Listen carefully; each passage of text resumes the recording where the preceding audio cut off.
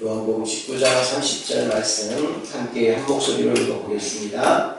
예수께서 신포도주를 받으신 후에 이르시되 다 이루었다 하시고 머리를 숙이니 영혼이 떠나 가시니라. 아멘. 한 번 더 말씀 읽어볼게요. 예수께서 신포도주를 받으신 후에 이르시되 다 이루었다 하시고 머리를 숙이니 영혼이 떠나 가시니라. 아멘. 이번 한 주간 제가 십자가에 대한 말씀과 또 책들을 읽고 묵상하는 시간을 가졌는데 제 마음속에 그리고 제 귀 안에 계속 맴도는 말씀 하나가 있었습니다. 바로 오늘 본문으로 읽었던 예수님이 남기신 마지막 말씀, 다 이루었다. 이 말씀이 계속해서 제 마음속에 남았습니다. 여러분이 다 이루었다는 이 말씀은 예수님이 십자가에서 마치 패배자처럼 넋두리 하듯이 이젠 다 끝났구나 탄식조로 내뱉은 말이 아니고 확신 가운데 외치신 승리의 선언이었습니다. 다 이루었다. 다 이루었다. 찰스 스펄전이라는 목사님은 이 말에 대해서 이런 표현을 썼더라고요. 다 이루었다. 이 한 단어를 설명하기 위해서 지금까지 있었던 모든 단어들이 사용되었고 앞으로의 모든 단어도 사용될 것이다. 이 한 단어를 우리가 어떻게 다 설명할 수 있을 것인가? 이 한 단어 안에 복음의 모든 내용이 담겨있고 이 한 단어 안에 하나님의 마음이 들어있고 이 한 단어 안에 하나님의 구원 계획이 다 담겨있다. 어떻게 이 한 단어를 우리가 다 이해하고 또 설명할 수 있을 것인가? 다 이루었다. 우리가 정말 이 말씀, 이 한 말씀만 제대로 붙잡는다면 우리의 믿음은 결코 실패하지 않을 줄로 믿습니다. 다 이루었다. 이 한 말씀이 우리 안에 들어와서 우리가 그 말씀의 능력 안에 살아간다면 정말 우리의 삶은 하나님의 능력으로 가득 차게 될 것입니다. 또한 어떤 두려움도 죽음이라 할지라도 우리를 무너뜨리지 못할 줄로 믿습니다. 아멘. 이 한 말씀, 다 이루었다라는 이 한마디 말씀을 우리가 제대로 믿고 있느냐가 결국 우리의 신앙을 결정하는 것입니다. 여러분, 신앙이란 우리가 무엇인가를 하는 것이 아닙니다. 우리가 무엇인가를 함으로써 의로워지고 우리가 무엇인가를 하기 때문에 하나님 앞에 인정받는 것, 그건 종교이지 신앙이 아닙니다. 종교는 끊임없이 우리에게 무언가를 하라고 합니다. 하지만 예수님은 뭐라고 말씀하셨다고요? 다 이루었다. 내가 다 했다라고 말씀하고 있습니다. 그래서 우리의 믿음은 철저하게 내가 하는 것이 아니라 예수님이 십자가에서 다 이루어 놓으신 것을 믿는 믿음으로 그 기초 위에서 시작하는 것입니다. 그런즉 이제는 내가 사는 것이 아니요 오직 내 안에 그리스도께서 사시는 것이다. 이제 내가 육체 가운데 사는 것은 나를 사랑하사 나를 위하여 자기 자신을 버리신 하나님의 아들을 믿는 믿음 안에서 사는 것이다. 그래서 우리의 믿음 생활을 한마디로 요약한다면 이렇게 정리할 수 있어요. 예수님이 다 이루어 놓으신 것을 믿고 살아가는 것. 예수님이 다 이루어 놓으신 것, 하나님과 화목하게 하셨고 죄를 이기셨고 사탄을 이기셨고 죽음을 이기셨고 십자가에서 그 모든 것들, 이미 이루어 놓으신 그 모든 것들 위에 살아가는 삶, 그것이 바로 우리의 믿음 생활인 줄로 믿습니다. 다 이루었다. 이 말이 헬라어 원어로는 테텔레스타이라는 단어로 되어 있습니다. 한번 따라해 볼까요? 테텔레스타이.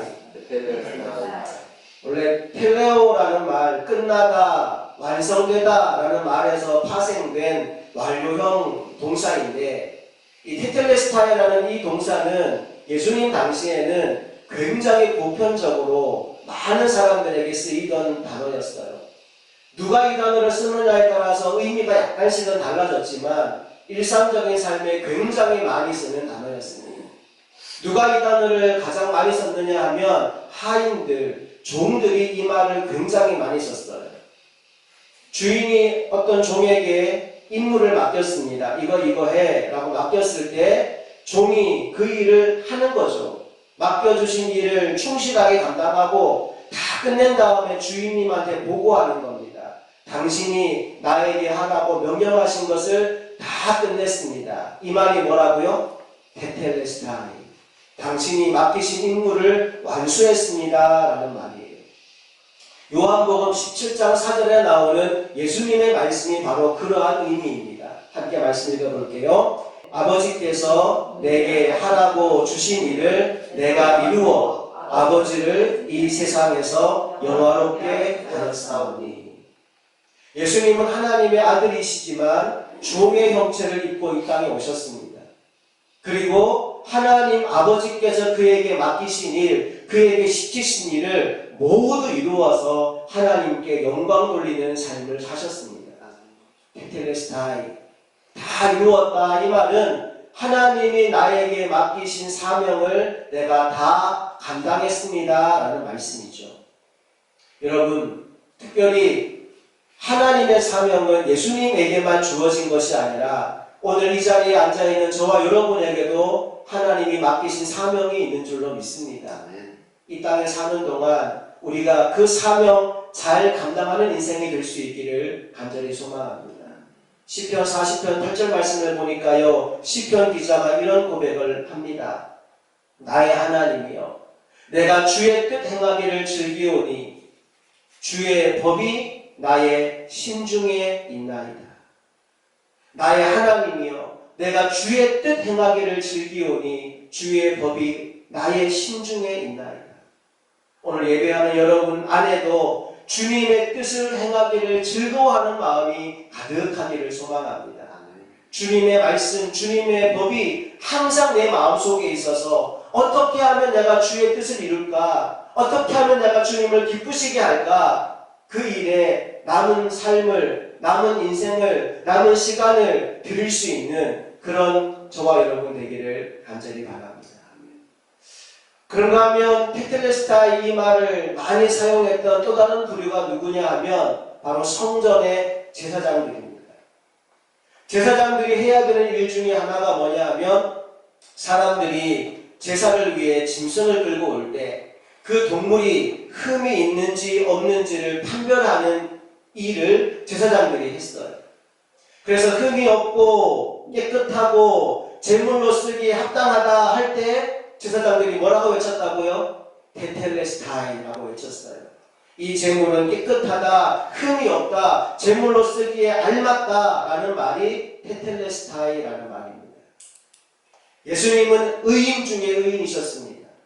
완전하고 흠이 없는 희생 제물로 이 땅에 오셨습니다. 세례 요한은 예수님을 처음 본 순간 뭐라고 외쳤느냐 하면 보라, 세상 죄를 지고 가면 하나님의 어린 양이로다 라고 외쳤습니다. 그 예수님을 가장 가까이에서 봤던 베드로는 이런 고백을 했어요. 우리 베드로전서 1장 19절 말씀을 함께 읽어봅시다. 오직 흠 없고 점 없는 어린 양 같은 그리스도의 보배로운 피로 된 것입니다. 우리의 구원은, 우리의 구속함은, 우리의 속죄는 바로 흠 없고 점 없는 어린 양 예수의 보배로운 피로 된 것입니다. 그 피가 깨끗한 피이기 때문에, 그 제물이 흠 없는 제물이기 때문에 그 피에 우리의 죄를 씻으면 정하게 되는 줄로 믿습니다.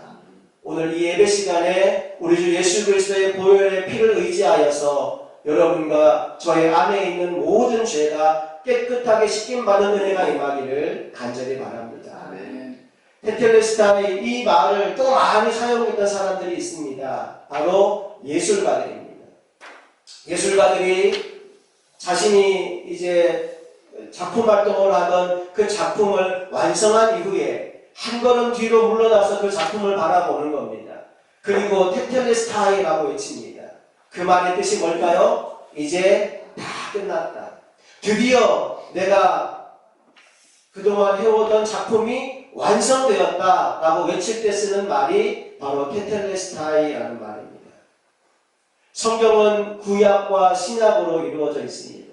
그런데 성경의 주인공, 성경의 핵심은 바로 예수님입니다.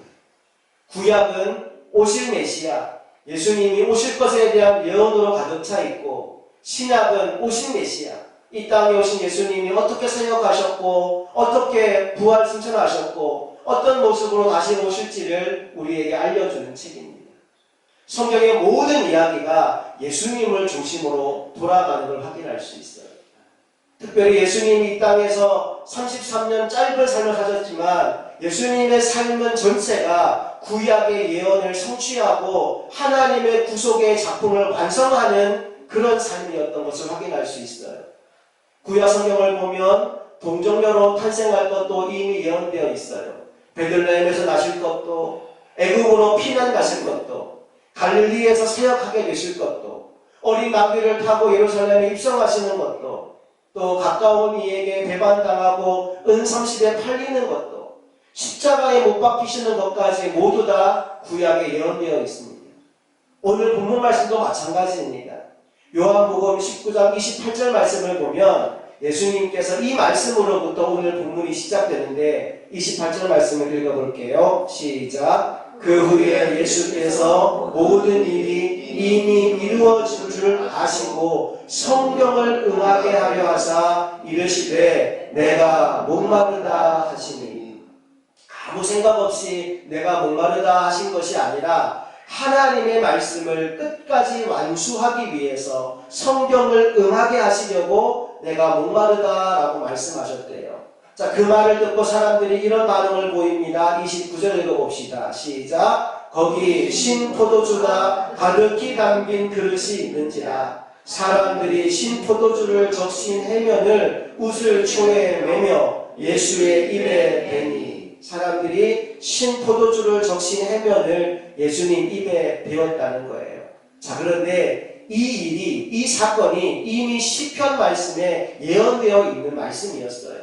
시편 69편 21절 말씀에서 그들이 쓸개를 나의 음식물로 주며 목마를 때 초로 마시게 하였사오니 라는 말씀이 시편 말씀에 이미 예언되어 있어요.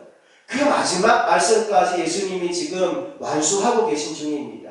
그리고 나서 30절 말씀 보니까 이렇게 마무리가 되어지죠. 30절 읽어봅니다. 예수께서 신포도주를 받으신 후에 이르시되 다 이루었다 하시고 머리를 숙이니 영혼이 떠나가시라. 예수님은 하나님의 뜻을 이루기 위해 이 땅에 오셨습니다. 그리고 마지막 숨을 거두는 그 순간까지 그 일에 집중하신 겁니다. 그리고 그 뜻이 마지막에 완성되는 바로 그 순간, 그분은 고통의 절정에서 그러나 기쁨과 감격으로 이렇게 외치신 것입니다. 테텔레스타이, 다 이루어졌다. 여러분, 우리 주님의 십자가에서 구원은 완성되었습니다. 그러하기에 우리는 더 이상 덧붙일 것이 없는 줄로 믿습니다. 이 작품은 레오나르도 다빈치라는 작가가 그린 모나리자라는 작품입니다. 굉장히 많은 사람들이 알고 있는 유명한 작품이죠. 그런데 이 작품에 딱 그림을 보면 빠진 게 하나 보일 겁니다. 뭐가 빠져 있죠? 눈썹이 없습니다. 눈썹이 빠진 채로 이 그림이 완성된 거예요. 어떤 사람이 이 그림을 보고 나 눈썹이 없네, 내가 눈썹 그려서 완성시켜야지 눈썹을 다 그렸어요. 여러분, 그 순간 이 그림은 가치가 곤두박질 칠 겁니다. 이 그림의 가치는 눈썹이 없을 때 완성되어 있는 거예요. 작가가 드디어 끝났다라고 했을 때 눈썹 없는 그림을 그려놓은 겁니다. 거기에 내가 덧칠을 하는 순간 이 그림은 모나리자라는 작품의 가치를 상실하고 마는 것이죠. 우리 주님이 이루신 구원도 마찬가지입니다. 주님이 구원의 작품을 십자가에서 완성하셨습니다. 그래서 우리가 할 일은 더 이상 없는 줄로 믿으시기 바랍니다. 언젠가 예수님께 한 청년이 와서 이런 질문을 합니다. 선한 선생님, 제가 무엇을 하여야 영생을 얻겠습니까? 라고 말이죠. 여러분, 이 질문에 심각한 문제가 있는 거 아십니까? 바로 우리가 영생을 얻는 일에 있어서, 구원을 받는 일에 있어서 내가 할 일은 아무것도 없다는 것입니다. 무엇을 하여야 영생을 얻는 게 아니라는 겁니다. 해야 되는 모든 일은 누가 하셨어요? 예수님이. 어디서요? 십자가 위에서 다 이루셨습니다. 그렇기 때문에 우리가 할 일은 뭐냐 하면 예수님이 이루어 놓으신 그 구원의 선물을 기쁨으로 받아 누리는 것, 그게 우리가 해야 될 일인 줄로 믿습니다. 에베소서 2장 8절 9절 말씀을 함께 읽어봅니다. 너희는 그 은혜에 의하여 믿음으로 말미암아 구원을 받았으니 이것은 너희에게서 난 것이 아니요 하나님의 선물이라. 행위에서 난 것이 아니니 이는 누구든지 자랑하지 못하게 하리라. 자랑할 것도 없고요, 부러워할 것도 없고요, 시기할 것도 없고요. 하나님이 우리에게 주신 은혜의 선물을 받아 누리면 우리의 것이 되는 줄로 믿습니다. 마지막 네 번째로 이 테텔레스타이라는 말을 썼던 부류가 또 있습니다. 바로 시장의 상인들이 이 단어를 굉장히 많이 썼어요. 자, 예를 들어서 여러분이 어떤 물건을 할부로 구입했다고 생각해 보십시오. 할부로 어떤 물건을 구입하고 한 달 그 빚을 갚아 나갈 겁니다. 그리고 드디어 마지막 달, 마지막 남은 빚을 다 청산한 다음에 그 상인이 영수증을 끊어줄 텐데 영수증에 글자 하나가 적혀 있을 겁니다. 뭐라고 적혀 있을까요? 테텔레스타이. 이제 빚이 없습니다. 당신 빚을 완전히 다 갚았습니다. 그 의미로 쓰이는 단어가 바로 테텔레스타이라는 단어였다는 겁니다. 갈라디아서 3장 13절 말씀을 보면 이런 말씀이 나옵니다. 그리스도께서 우리를 위하여 저주를 받은 바 되사 율법의 저주에서 우리를 속량하셨으니 기록된 바 나무에 달린 자마다 저주 아래 있는 자라 하였습니다. 여기 속량이라는 말이 빚을 갚았다라는 의미입니다. 여러분, 우리가 죄로 인하여서 율법의 저주 아래 놓여있는 우리가 주님 십자가에서 흘린 피로 주님이 깨끗하게 속량하여 주심으로 더 이상은 노예가 아님을 믿으시기 바랍니다. 이제는 그리스도 예수 안에 있음으로 말미암아 정죄함이 사라지고 예수 안에 있는 생명의 성령의 법 안에서 우리가 죄와 사망의 법으로부터 해방된 줄로 믿습니다. 그럼 어떻게 살아야 될까요? 로마서 8장 12절부터 14절은 우리가 앞으로 살아가야 될 삶에 대해 이렇게 말씀하고 있어요. 함께 읽어봅시다. 그러므로 형제들아, 우리가 빚진 자로되 육신에게 져서 육신대로 살 것이 아니니라. 너희가 육신대로 살면 반드시 죽을 것이로되 영으로서 몸의 행실을 죽이면 살리니 무릇 하나님의 영으로 인도함을 받는 사람은 곧 하나님의 아들이라. 하나님은 우리에게 말씀하십니다. 예수 그리스도의 십자가 보혈로 너희의 모든 빚이 탕감되었으니 이제는 너희가 하나님께 빚진 자로 살아라. 어떻게 살아가는 것이냐? 육신을 따라 사는 것이 아니라 하나님의 영의 인도하심을 따라 성령님이 이끄시는 삶을 따라 살아라 라고 말씀합니다. 또 고린도전서 6장 20절에서는 이렇게 말씀하십니다. 값으로 산 것이 되었으니 그런즉 너희 몸으로 하나님께 영광을 돌리라. 아멘. 저와 여러분이 앞으로 남은 인생 정말 육신을 위해 살아가는 것이 아니라 하나님의 영광을 위해 사는 인생이 되기를 간절히 바랍니다. 아멘. 육신을 따라 사는 인생이 아니라 성령의 인도하심을 따라 하나님이 이끄시는 삶을 살아가는 저와 여러분 모두가 될 수 있기를 간절히 바랍니다. 아멘. 오늘 말씀을 마무리하겠습니다. 우리 주 예수님은 십자가 위에서 모든 것을 이루셨습니다. 구약의 예언을 성취하셨고 율법을 완성하셨으며 우리의 구원을 위한 모든 것을 십자가에서 다 이루셨습니다.